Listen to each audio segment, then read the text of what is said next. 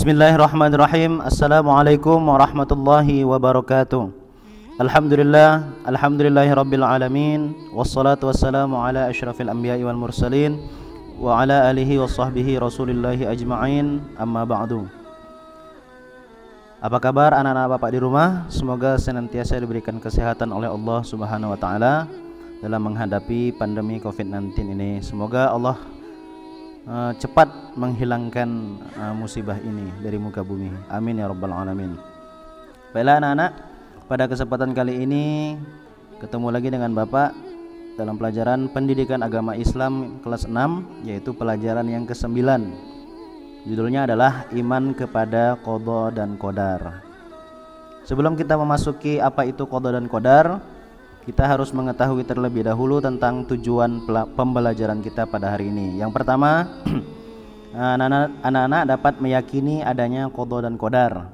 Yang kedua, dapat menunjukkan contoh-contoh qada dan qadar. Yang ketiga, memiliki sifat yang dipengaruhi oleh keimanan kepada qada dan qadar yang tercermin dari perilaku kehidupan sehari-hari.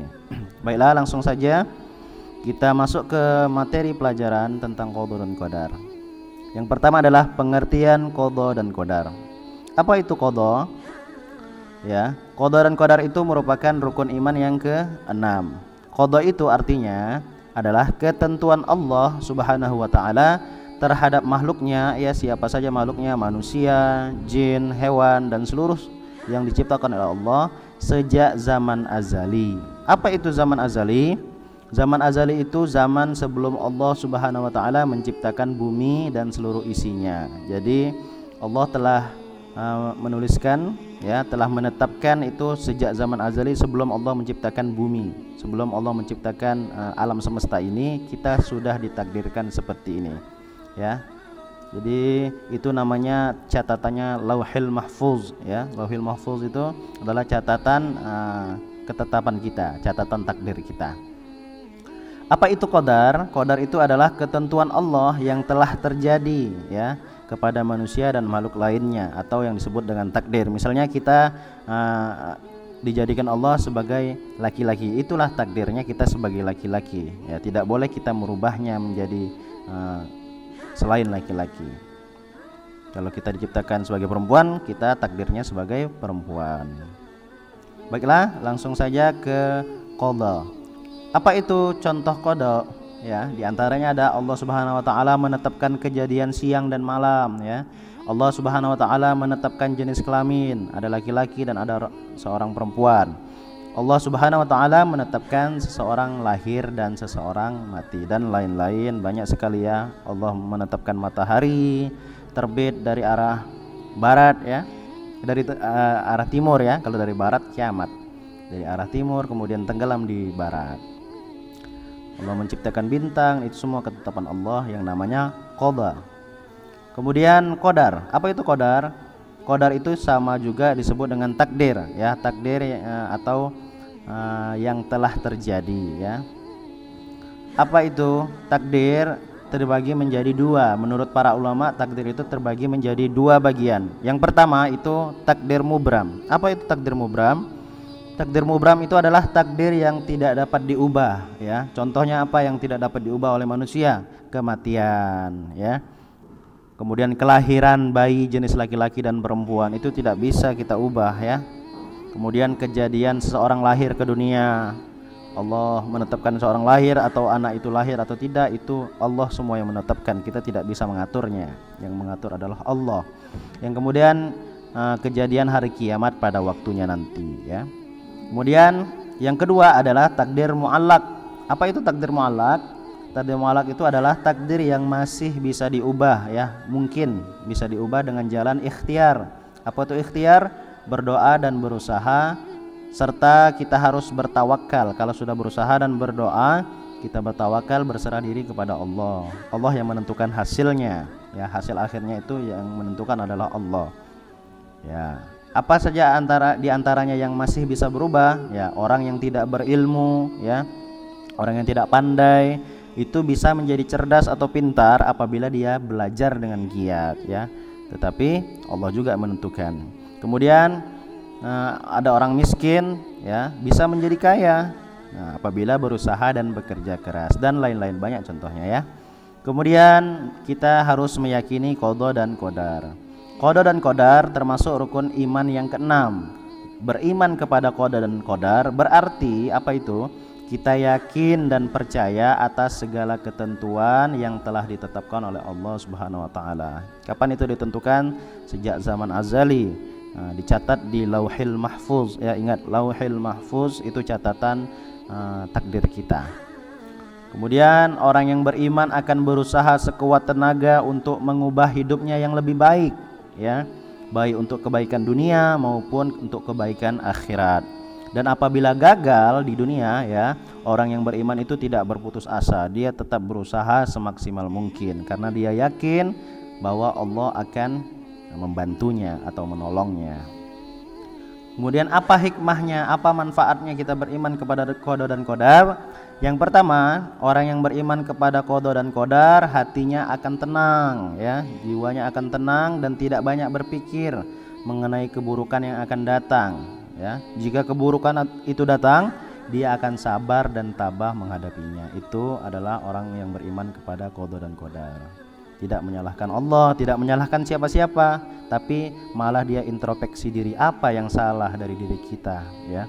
Yang kedua, hikmah kita beriman kepada qada dan qadar yaitu orang yang beriman kepada qada dan qadar akan berprasangka baik, husnuzon kepada Allah Subhanahu wa taala, ya, tidak berburuk sangka. Ini Allah nih yang bikin aku jelek, Allah yang bikin aku tidak. Seperti itu orang beriman, ya. Walaupun kegagalan atau musibah menimpanya, ia tahu bahwa Allah punya rencana yang lebih baik untuknya. Allah itu pasti punya rencana yang lebih baik untuk kita. Jadi harus kita percaya kepada Allah dan qada dan qadar yang telah ditetapkan oleh Allah Subhanahu wa taala. Perilaku yang mencerminkan iman kepada qada dan qadar, ya. Beriman kepada qada dan qadar itu hukumnya wajib, ya. Termasuk rukun iman kan bagi setiap muslim. Salah satu contoh perilaku yang mencerminkannya apa saja? Yang pertama, selalu semangat belajar agar menjadi anak yang cerdas, anak yang pintar, agar berguna bagi bangsa, negara, bahkan agamanya sendiri, ya. Itu harus selalu semangat. Walaupun di masa pandemi COVID-19 ini tetap semangat belajar. Yang kedua, selalu sabar ketika apapun yang menimpanya, sakit kah, kena musibah, kebanjiran, kebakaran atau dan lain sebagainya, ya, tidak pernah mengeluh kepada Allah. Karena dia tahu bahwa Allah sedang mengujinya. Allah tahu akan memberikan yang lebih baik daripada ini. Kemudian anak-anak buka buku paketnya, kita kerjakan halaman, ya, yang tentang bab qada dan qadar, ya.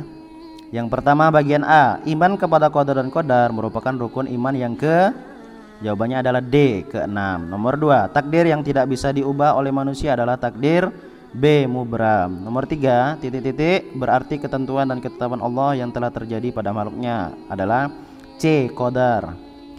Nomor 4, Allah telah menciptakan segala sesuatu lalu dia tentukan takdirnya. Pernyataan tersebut terdapat dalam Al-Quran surah ...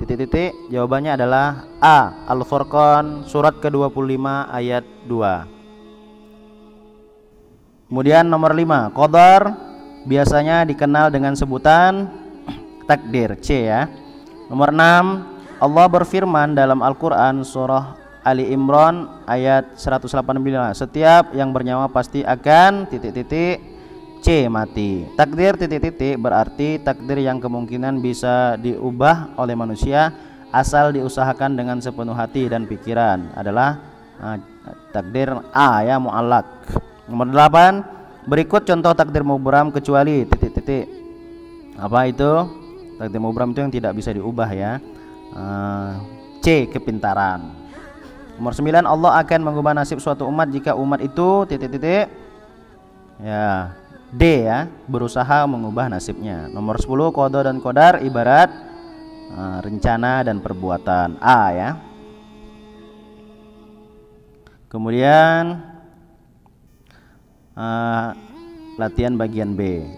Orang yang beriman disebut mukmin. Allah tidak mengubah suatu kaum kalau dia tidak mengubah dirinya sendiri. Hal itu terdapat dalam surah Ar-Ra'du ayat 11 ya.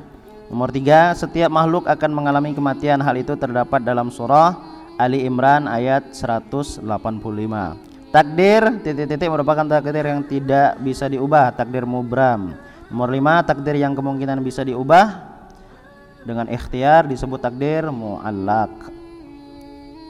Selanjutnya bagian C. Yang dimaksud qada adalah ketetapan Allah sejak zaman azali. Takdir ada dua macam, yakni takdir mubram dan takdir mu'allaq. Nomor 3, Allah tidak akan mengubah nasib suatu umat jika umatnya itu tidak mengubah nasibnya mereka sendiri. Nomor 4, takdir mubram ialah takdir yang tidak bisa diubah. Jumlah kematian bayi bisa ditekan jika ada imunisasi kalau di buku ya. Nomor 1, yang menentukan takdir manusia ada Allah, betul. Nomor 2, manusia wajib percaya kepada takdir Allah, benar. Beriman kepada qadar dan qadar hukumnya sunnah, salah. Orang yang tidak beriman kepada qadar dan qadar disebut kafir, benar. Nomor 5, beriman kepada qadar dan qadar merupakan rukun iman yang ke-6, benar. Oke, jadi tugas anak-anak adalah bagian E. Seperti biasa tulis di buku tulis. Baiklah, sekian dulu perjumpaan kita pada hari ini. Sampai jumpa pada video pelajaran selanjutnya. Sekian dari Bapak, mohon maaf apabila ada kesalahan. Wabillahi taufik wal hidayah. Wassalamualaikum warahmatullahi wabarakatuh.